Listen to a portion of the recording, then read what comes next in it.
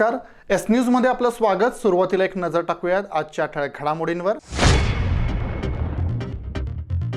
महावितरणमधील भरतीत मराठा उमेदवारांना डावललं जात असल्याच्या कारणावरून सकल मराठा समाज आक्रमक।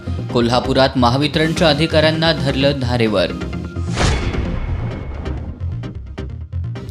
केंद्र सरकारनं शेतीविषयक विधेयकांबाबत देशातील सर्व शेतकरी संघटनांना विश्वासात घ्यावं, किसान संघर्ष समितीचं जिल्हा प्रशासनाला निवेदन। कोल्हापूर शहरातील 11वी प्रवेशासाठीची गुणवत्ता यादी जाहीर, कट ऑफ 3% वाढला। गुऱ्हाळघरांना वीज देणार नसाल तर गुऱ्हाळघरांचा वीज पुरवठा तोडून टाका। कोल्हापूर जिल्ह्यातील गुऱ्हाळघर चालकांनी महावितरणच्या अधिकाऱ्यांना सुनावलं। आणि कसबा बावड्यातील D Y. Patil college of engineering and टेक्नॉलॉजीला मिळाला स्वायत्त संस्थेचा दर्जा। आमदार ऋतुराज पाटील यांची माहिती।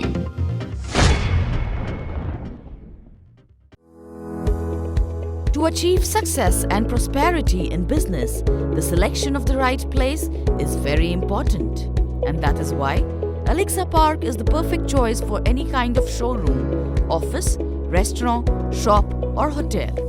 Right from 400 square feet to 4,000 square feet, ground floor to 9th floor, Alexa Park offers a variety of options for your business ventures.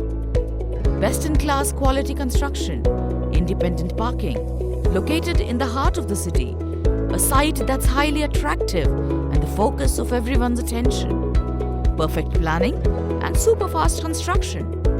Reaping prosperity, Alexa Park is a paramount residential and commercial hub of modern times.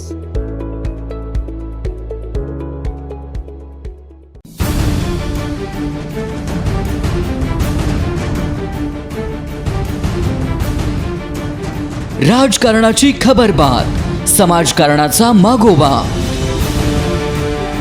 कला, क्रीडा, मनोरंजन, शेती, उद्योग,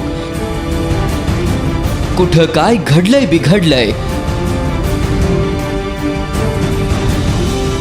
बातमीला योग्य न्याय देणारा कोल्हापूरचा बुलंद आवाज, एस न्यूज कोल्हापूर, सदैव तुमच्या सोबत।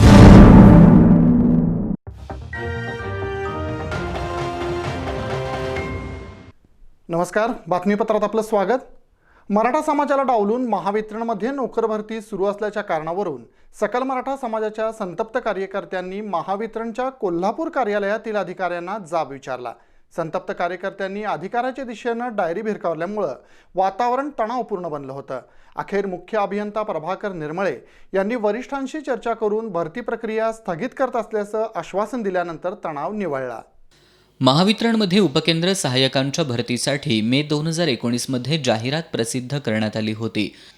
या भरती प्रक्रियेसाठी मराठा समाजातील तरुणांनी SEBC मधून अर्ज केले होते। मात्र सध्या मराठा आरक्षणाला स्थगिती आल्यानं महावितरणनं SEBC कोटा वगळून भरती प्रक्रिया सुरू केली आहे। गेल्या 2 दिवसांपासून महावितरणकडे आलेल्या अर्जांची छाननी सुरू आहे। मात्र ही छाननी प्रक्रिया बंद करून भरती प्रक्रियेला स्थगिती देण्याची मागणी सकल मराठा समाजाच्या वतीनं करण्यात येतेय। या मागणीसाठी आज सकल मराठा समाजाच्या कार्यकर्त्यांनी महावितरण कार्यालयावर धडक मारत जोरदार निदर्शनं केली। त्यानंतर कार्यकर्त्यांनी महावितरणच्या मुख्य कार्यालयासमोर ठिय्या मारून प्रवेशद्वार रोखून धरलं। दरम्यान मागण्यांचं निवेदन देण्यासाठी सकल मराठा समाजाच्या कार्यकर्त्यांच्या शिष्टमंडळानं महावितरणचे मुख्य अभियंता प्रभाकर निर्मळे यांची भेट घेतली। यावेळी मराठा समाजाला डावलून भरती होत असेल तर ही भरती प्रक्रिया तातडीनं थांबवण्याची मागणी करण्यात आली। यावेळी संतप्त झालेल्या कार्यकर्त्यांनी मुख्य अभियंता निर्मळे यांना धारेवर धरलं, तर स्वप्नील पार्टे यांनी टेबलवरील डायरी अधिकाऱ्यांच्या अंगावर भिरकावल्यानं एकच गोंधळ उडाला। तुम्ही काय झोपल्याला काय? एक 2 मिनिटं फक्त बोलतो। मग मागापासून काय मुख गिळून बसलाय काय?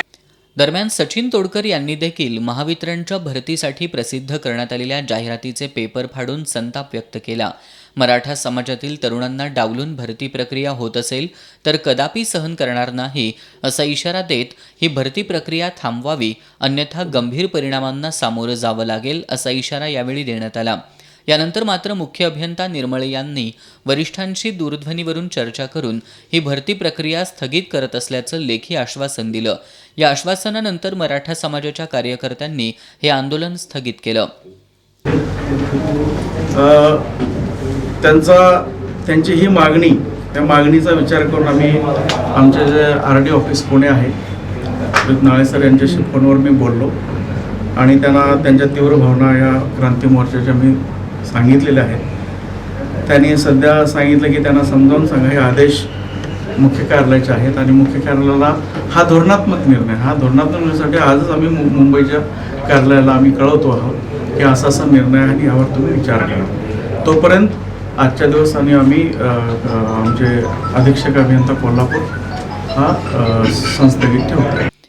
मराठा समाजातील तरुणांना डावलून अशा प्रकारे जर नोकर भरती होत असेल तर राज्यभरातील हा प्रयत्न हाणून पाडल्याशिवाय आम्ही गप्प बसणार नाही. प्रसंगी टोकाचा संघर्ष करावा लागला तरी चालेल, मात्र मराठा समाज आता कुठेही कमी पडणार नाही असा इशारा देखील यावेळी मराठा समाजाचे समन्वयक दिलीप पाटील यांनी दिला. समाजाला वगळत असेल तर हे व्हेरिफिकेशन आम्ही होऊन देणार नाही.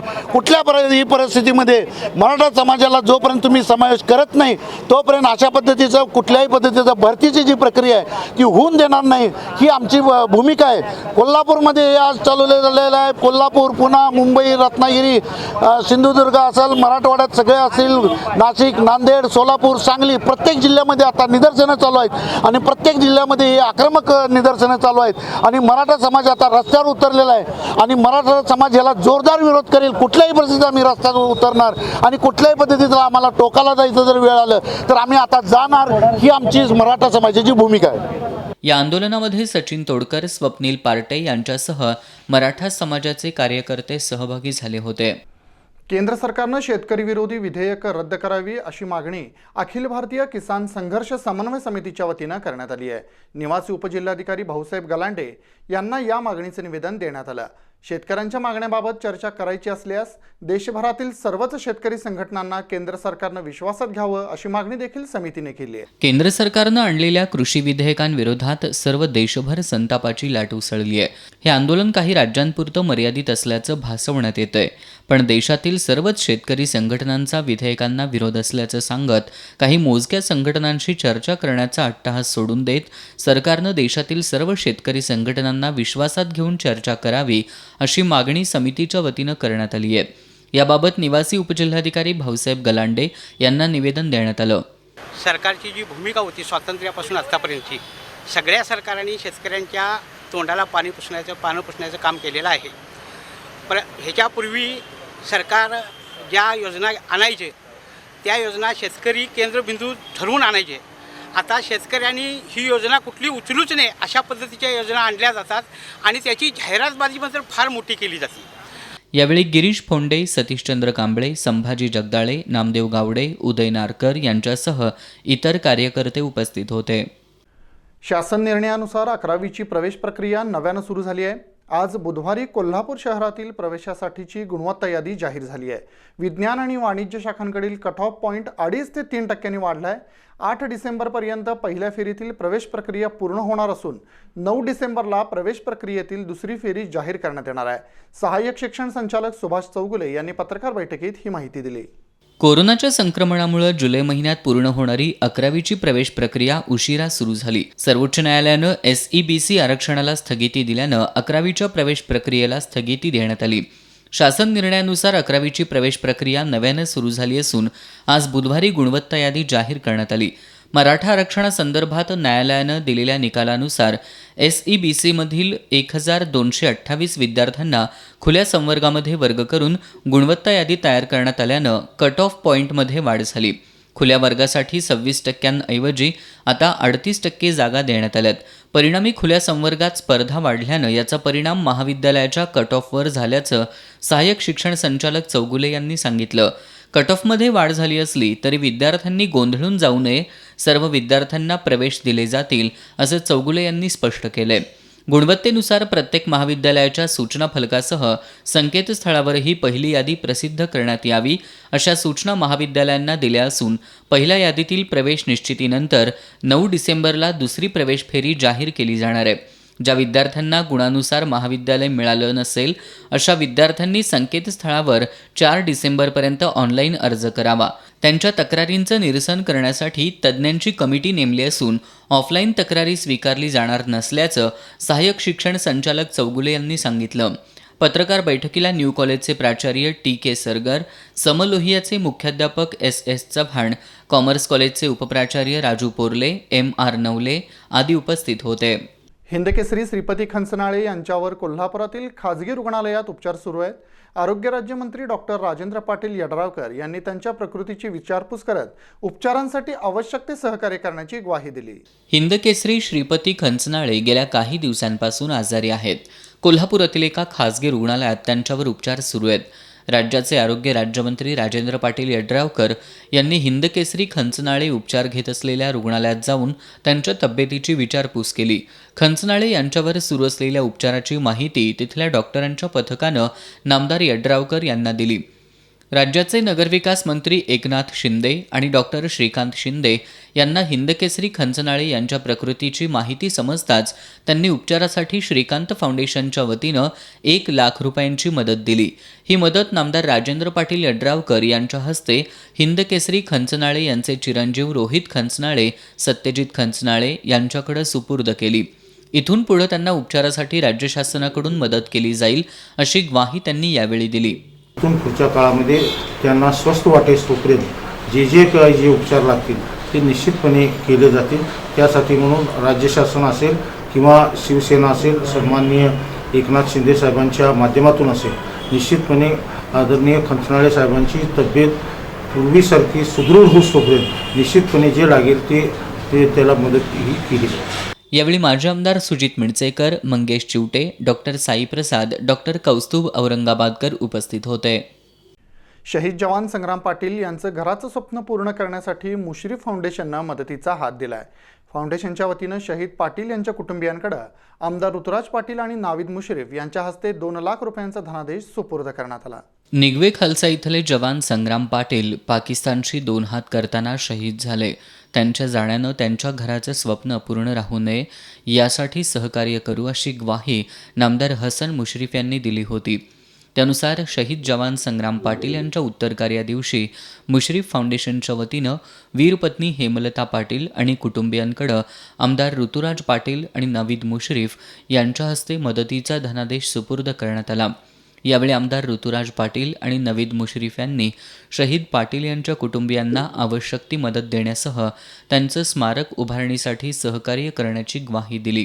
जे काय आज आपल्या पाटील कुटुंबाला ताकद देता येईल, सहकार्य करता येईल, जिथं जिथं त्यांना सहकार्य लागेल, मदत लागेल, निश्चितपणे आम्ही दोन्ही जण एकत्र होऊन, आम्ही गावकरी असेल, आम्ही सर्वजण असेल, पाटील कुटुंबावर ठामपणे उभं राहायची भूमिका निश्चितपणे राहील.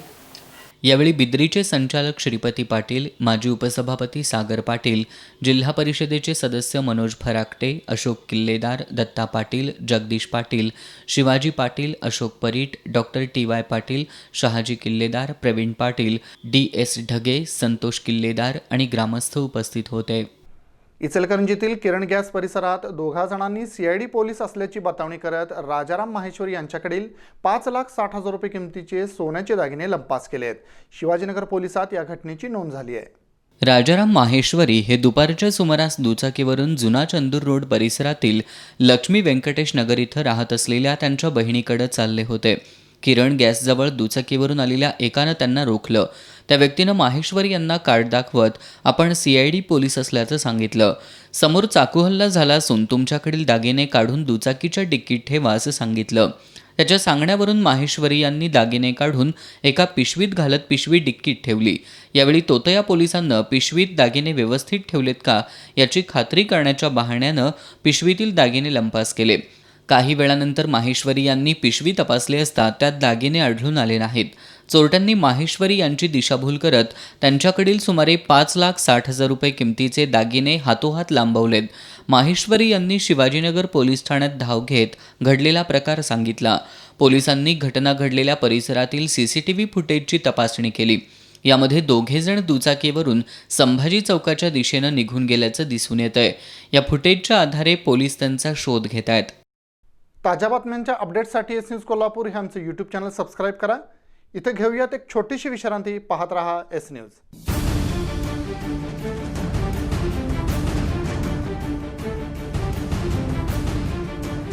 राजकारणाची खबरबात, समाजकारणाचा मागोवा, कला, क्रीडा, मनोरंजन, शेती, उद्योग, कुठं काय घडलंय बिघडलंय, बातमीला योग्य न्याय देणारा, कोल्हापूरचा बुलंद आवाज. एस न्यूज कोल्हापूर, सदैव तुमच्या सोबत.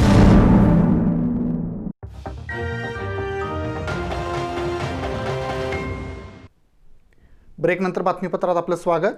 गुऱ्हाळघरांना वेळेवर वीज देणार नसाल तर आम्हाला व्यवसायच नको, गुऱ्हाळाचा आहे तो वीज पुरवठा तोडून टाका, अशा शब्दात जिल्ह्यातील गुऱ्हाळघर चालकांनी महावितरणच्या अधिकाऱ्यांना सुनावलंय.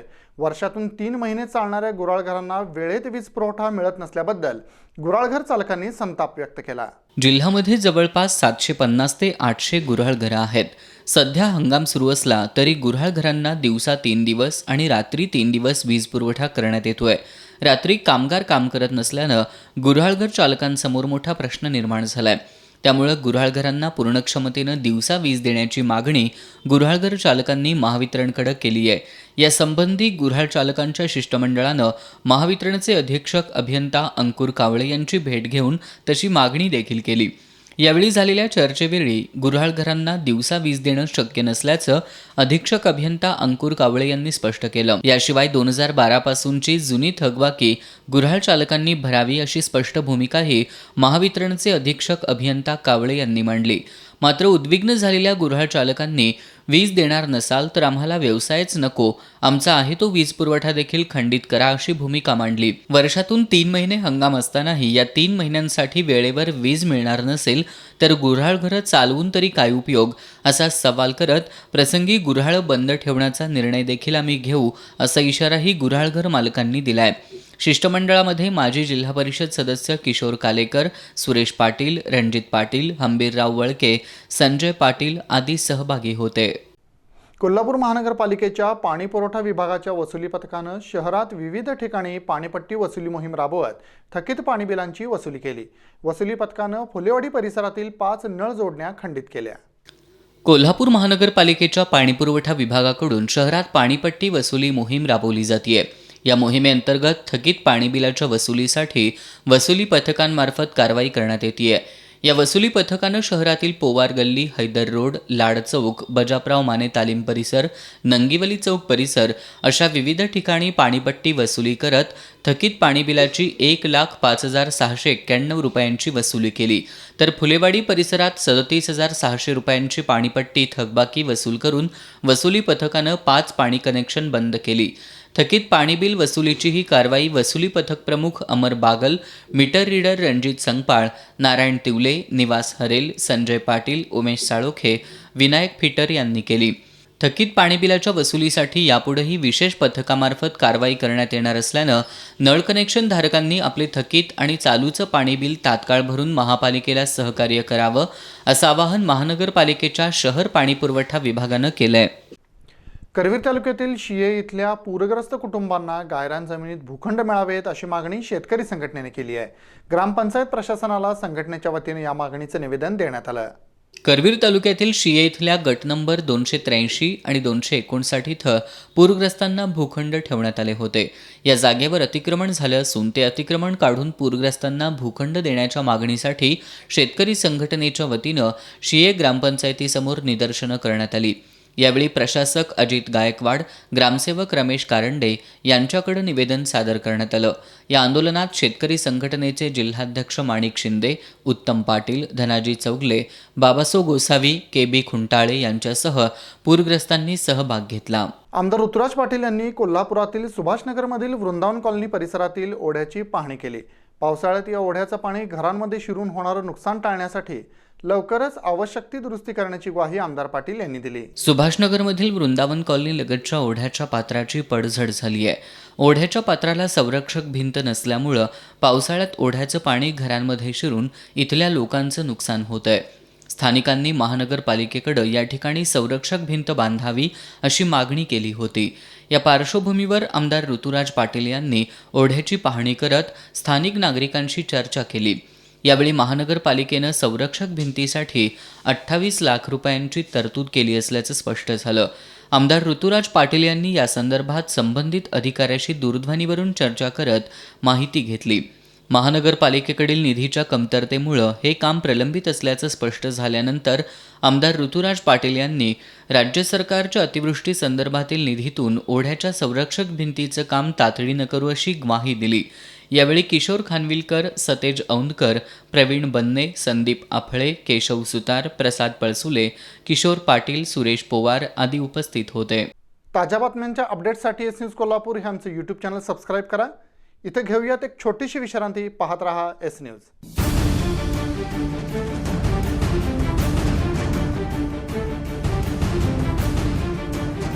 राजकारणाची खबरबात, समाजकारणाचा मागोवा, कला, क्रीडा, मनोरंजन, शेती, उद्योग, कुठं काय घडलंय बिघडलंय, बातमीला योग्य न्याय देणारा, कोल्हापूरचा बुलंद आवाज. एस न्यूज कोल्हापूर, सदैव तुमच्या सोबत.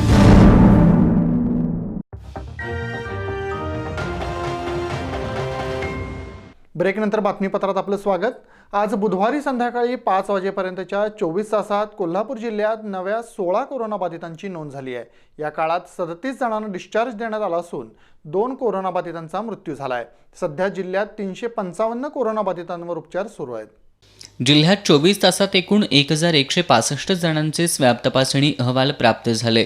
त्यापैकी 1146 अहवाल निगेटिव्ह आले तर 3 अहवाल नाकारण्यात आले. 24 तासात नवे 16 कोरोनाबाधित रुग्ण आढळून आलेत. त्यामुळं कोरोनाबाधित रुग्णांची आतापर्यंतची एकूण संख्या 49,098 इतकी झाली आहे. नव्या कोरोनाबाधित रुग्णांमध्ये कोल्हापूर शहरात 4 तर शिरोळ, आजरा आणि हातकणंगले तालुक्यात प्रत्येकी 1 रुग्ण आढळून आला. नगरपालिका क्षेत्रात 4 रुग्ण आढळून आलेत तर अन्य जिल्ह्यातून आलेल्या 5 रुग्णांची नोंद झाली आहे. 24 तासात 37 रुग्णांना डिस्चार्ज देण्यात आला आहे. त्यामुळे डिस्चार्ज दिलेल्या रुग्णांची एकूण संख्या 47,057 झाली आहे तर 2 रुग्णांचा मृत्यू झाल्यानं मृतांची एकूण संख्या 1,686 इतकी झाली आहे. सध्या जिल्ह्यात 355 कोरोनाबाधित रुग्णांवर उपचार सुरू आहेत.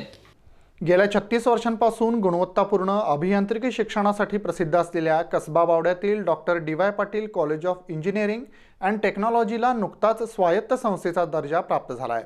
Doctor D Y. पाटील शिक्षण संस्थेचे विश्वस्त आमदार ऋतुराज पाटील यांनी पत्रकार बैठकीत ही माहिती दिली.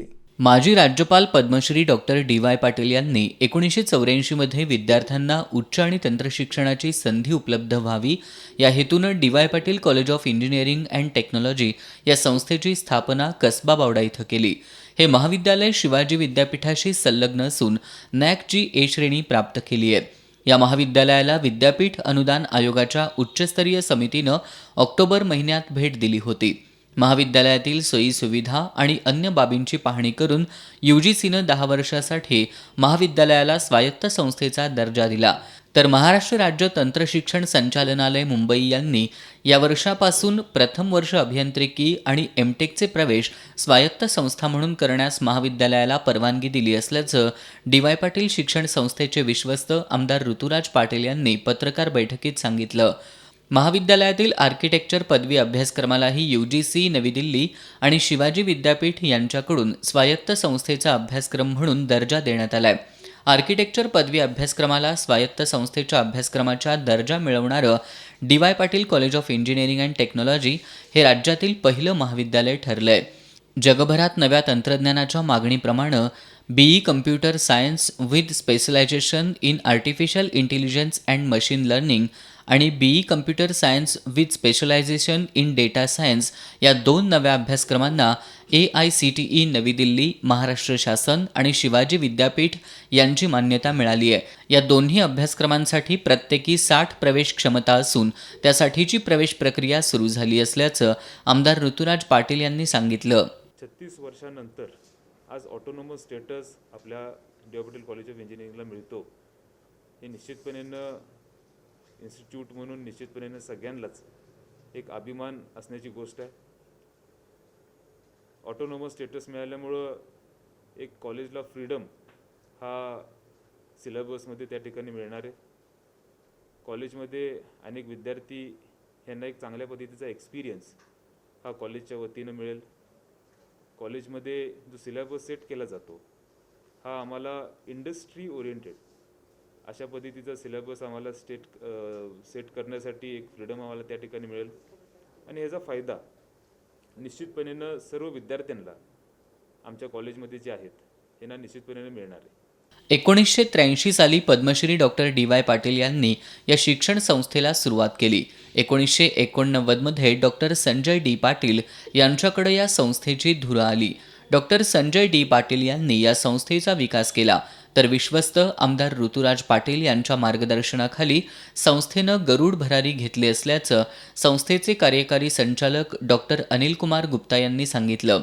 नॅशनल एज्युकेशन पॉलिसीनुसार स्वायत्त दर्जा मिळाला असल्यामुळं स्टुडंट एक्सचेंज प्रोग्राम अंतर्गत विद्यार्थ्यांच्या शैक्षणिक गुणवत्ता वाढीला चालना मिळणार आहे.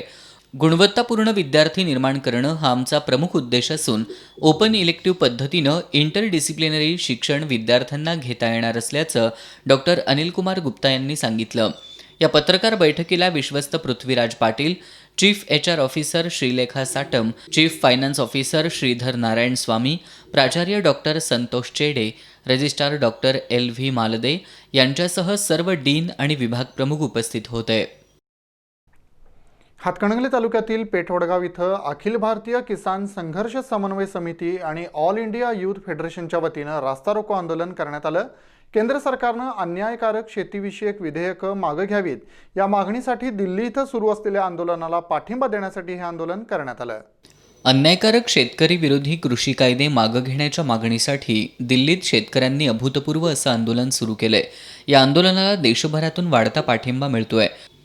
आज पेठवडगावमध्ये अखिल भारतीय किसान संघर्ष समन्वय समिती आणि ऑल इंडिया यूथ फेडरेशननं रास्ता रोको आंदोलन करत दिल्लीतल्या शेतकऱ्यांच्या आंदोलनाला पाठिंबा दिला. गिरीश फोंडे यांच्या नेतृत्वाखाली झालेल्या आंदोलनात शेतकऱ्यांनी सहभाग घेतला. यावेळी मोदी सरकारच्या विरोधात जोरदार घोषणाबाजी करण्यात आली. शेती आमच्या हक्काची नाही कुणाच्या बापाची. अरे मोदी शहा मुर्दाबाद मुर्दाबाद मुर्दाबाद. मोदी शहा मुर्दाबाद मुर्दाबाद मुर्दाबाद. नरेंद्र मोदी सरकार चले जाओ. इचलकरंजी शहरात विश्व हिंदू परिषद आणि बजरंग दलाच्या वतीनं छत्रपती शिवाजी महाराज पुतळा इथं लवजिहाद विरोधी कायदा करण्याच्या मागणीसाठी निदर्शनं करण्यात आली. निदर्शनानंतर प्रांताधिकारी कार्यालयात निवेदनही सादर करण्यात आलं. राज्यातील हिंदू तरुणींना लव्ह जिहादच्या जाळ्यातून वाचवण्यासाठी लव्ह जिहाद विरोधी कायदा करावा अशी मागणी करत विश्व हिंदू परिषद आणि बजरंग दलानं इचलकरंजीतील छत्रपती शिवाजी महाराज पुतळ्याजवळ निदर्शनं केली. राज्यातील कायदे हे लव्ह जिहाद पुढं कमकुवत ठरत आहेत. त्यामुळं अल्पवयीन मुलींना जाळ्यात ओढून धर्मांतर घडवणं चालू असल्याचा आरोपही यावेळी निदर्शकांनी केला. निदर्शनानंतर शिष्टमंडळानं प्रांताधिकाऱ्यांना निवेदन दिलं. या शिष्टमंडळात किशोर मोदी, पंढरीनाथ ठाणेकर, शिवप्रसाद व्यास, संतोष हत्तीकर, बाळासाहेब ओझा यांचा समावेश होता. इचलकरंजीतील जुना चंदूर रोड परिसरातील अत्याधुनिक यंत्रमाग कारखान्यात 10 ते 12 जणांच्या जमावानं घुसून हल्ला केला. यावेळी कारखान्यातील कामगारांना मारहाणही करण्यात आली. शिवाजीनगर पोलीस ठाण्यात या प्रकरणी अज्ञातांविरोधात गुन्हा दाखल झाला असून हल्ल्याचं नेमकं कारण समजू शकलेलं नाही. काडापुरे तळे परिसरात राहणारे महावीर भोजे यांनी जुना चंदूर रोड परिसरात 1.5 महिन्यांपूर्वी अत्याधुनिक यंत्रमागाचा कारखाना सुरू केलाय. दुर्गा फॅबटेक्स आणि पारस फॅबटेक्स या फर्मद्वारे त्यांचा व्यवसाय सुरू आहे. मध्यरात्रीच्या सुमारास 10 ते 12 जणांच्या टोळक्यानं त्यांच्या कारखान्यात हैदोस घातला. विशाल चौगुले यांच्यासह इतर कामगारांना इथं परत काम केल्यास तुम्हाला मारणार अशी धमकी देत मारहाण केली. त्यामुळं कामगार चांगलेच भयभीत झाले. त्यापाठोपाठ टोळक्यानं भोजे यांच्या यंत्रमाग कारखान्यातील एअरजेट लूमचे 12 यंत्रांचे डिस्प्ले, 12 यंत्रांचे ऑपरेटर पॅनल यांची नासधूस केली. चालू यंत्रमागावरील 2 बीमेही कापून टाकली. त्याचबरोबर पार्टिशनच्या भिंतींच्या काचा फोडत चांगलीच दहशत माजवली. या घटनेची माहिती मिळताच शिवाजीनगर पोलिसांनी घटनास्थळी धाव घेतली. मात्र तोपर्यंत हल्लेखोरांनी पळ काढला. हल्ल्यात यंत्रमाग कारखान्याचं सुमारे 30 लाख रुपयांचं नुकसान झाल्याची फिर्याद भोजे यांनी दिली आहे. हल्ल्याचं कारण नेमकं स्पष्ट होऊ शकले नसलं तरी कामगार किंवा वहीफणी कामाच्या कंत्राटीवरून हा हल्ला झाल्याची शक्यता पोलिसांनी वर्तवली आहे. भोजे यांनी नुकताच यंत्रमाग कारखाना सुरू केल्यानं अद्याप सीसीटीव्ही कॅमेरे बसवण्यात आले नव्हते. त्यामुळे भागातील सीसीटीव्ही फुटेजच्या माध्यमातून संशयितांचा शिवाजीनगर पोलीस शोध घेत आहेत. घटनास्थळी पोलीस उपअधीक्षक बाबूराव महामुनी, स्थानिक गुन्हे अन्वेषणचे सहाय्यक पोलीस निरीक्षक विकास जाधव आदींनी भेट देऊन पाहणी केली आणि तपासाबाबत सूचना केल्या. इचलकरंजीतील बिग बाजार परिसरातील नारायणी अपार्टमेंटमधील अमर कुलकर्णी या व्यक्तीनं राहत्या घरी गळफास लावून घेत आत्महत्या केली आहे. आर्थिक विवंचनेतून त्यांनी आत्महत्या केली असावी अशी चर्चा सुरू आहे. गावभाग पोलीस या प्रकरणी अधिक तपास करतायत. 45 वर्षीय अमर कुलकर्णी हे इचलकरंजीतील एका फाउंड्रीत गेल्या 20 वर्षांपासून सुपरवायझर म्हणून काम करत होते. लॉकडाऊनच्या काळात काही काम नसल्यानं त्यांना आर्थिक समस्या जाणवत होती. या काळात त्यांनी अनेकांकडून उसने पैसे घेतले होते. या पैशांची मागणी होत होती, पण त्यांना पैशाची परतफेड करणं शक्य झालं नाही. त्यामुळं गेल्या काही दिवसांपासून ते निराश होते. अशातच त्यांनी राहत्या घरी पंख्याला गळफास लावून घेत आत्महत्या केल्याचं सकाळी निदर्शनास आलं. गावभाग पोलीस ठाण्यात याची नोंद झाली आहे. इचलकरंजीतील आसरानगरमध्ये मंगळवारी मध्यरात्री नागेश यमूल या तरुणावर कोयत्यानं हल्ला करण्यात आला. हल्लेखोरांनी जखमी अवस्थेतील यमूल याला घरात कोंडून पलायन केलं. या प्रकरणी एका महिलेसह तिघांवर गावभाग पोलीस ठाण्यात गुन्हा दाखल करण्यात आला आहे. इचलकरंजीतील लाखेनगरमधील नागेश यमूल याचे आसरानगरमधील छकुली वाघमोरे या महिलेशी गेल्या 6 वर्षांपासून संबंध आहेत. मंगळवारी रात्री 10 वाजण्याच्या सुमारास नागेश यमूल छकुली वाघमोरेच्या घरातून बाहेर पडत असताना छकुलीच्या ओळखीचा राहुल पाथरवट आणि त्याचा मित्र यांनी त्याच्यावर कोयत्यानं वार केले. यामध्ये गंभीर जखमी झालेल्या नागेशला हल्लेखोरांनी छकुलीच्या घरात कोंडून घालत पलायन केलं. या प्रकाराची माहिती स्थानिकांनी गावभाग पोलिसांना दिल्यानंतर त्यांनी घटनास्थळी धाव घेत जखमी नागेशला उपचारासाठी रुग्णालयात दाखल केलं. अनैतिक संबंधाच्या कारणातून हा हल्ला झाला असून छकुली मोरे, राहुल पाथरवट आणि पाथरवटचा मित्र यांच्यावर गुन्हा दाखल झाला असल्याचं सहाय्यक पोलीस निरीक्षक गजेंद्र लोहार यांनी सांगितलं.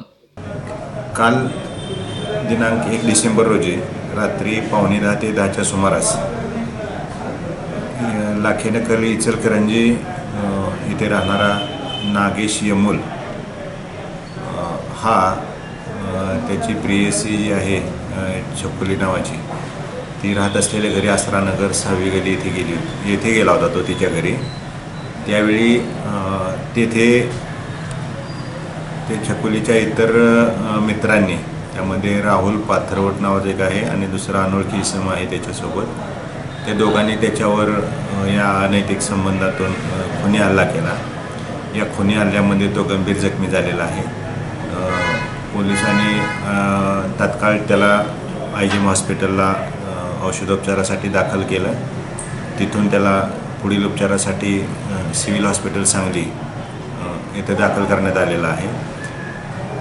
आरोपींचा शोध सुरू असून ते आरोपींचं पथक आम्ही रवाना केलेलं आहे. शिरोळमधील समतानगरमध्ये अवैधरित्या गोवा बनावटीच्या मद्य विक्री करणाऱ्या केंद्रावर इचलकरंजीच्या एक्साईजच्या विभागानं छापा टाकला. या छाप्यात एका पोलीस कर्मचाऱ्यासह 5 जणांना अटक करण्यात आली आहे. त्यांच्याकडून 1,08,000 रुपये किमतीचा मद्यसाठा जप्त करण्यात आला. समतानगरमध्ये अवैधरित्या मद्य विक्री होत असल्याची माहिती एक्साईज विभागाला मिळाली होती. या माहितीवरून यमनाप्पा वडर याच्या घरावर छापा टाकला. यमनाप्पा वडर हा पोलीस कर्मचारी असून तो सध्या मिरज इथं कार्यरत आहे. या छाप्यात यमनाप्पासह युवराज वडर, ऋषिकेश पाटील, विक्रम गवळी, तानाजी थोरवत यांना ताब्यात घेत 1,08,000 रुपयांचा मद्यसाठा जप्त केला.